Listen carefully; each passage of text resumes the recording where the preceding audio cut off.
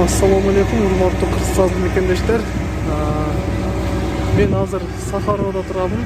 Ошол Сахарова боюнча биздин мекендештерге маалымат берип коеюн деп чечтим. Азыр Сахаровга келдим, мен Сахаровдан чыктым. Ал келип эле экинчи выкыттан кирет экенсиңер. Кыргызстан, Казакстан, Армения бир экен эмес выкыты. Ошол жактан кирип кетсиңер, киргенде эле талон аласыңар.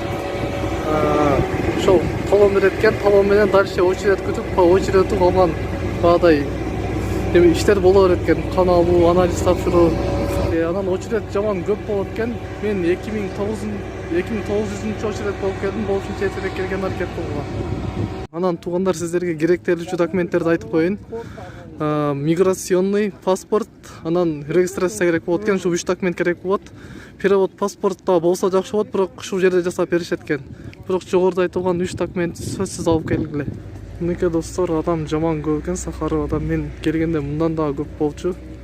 Ошого болушунча саат 4-5 эле келгенге аракет кылгыла. Себеби адам жаман көп болуп кетет.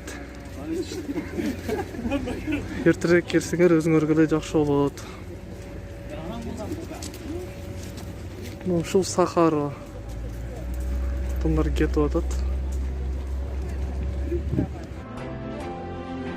Сайкал медициналык клиникасы сизге өзүнүн дарылоо кызматтарын тартуулайт.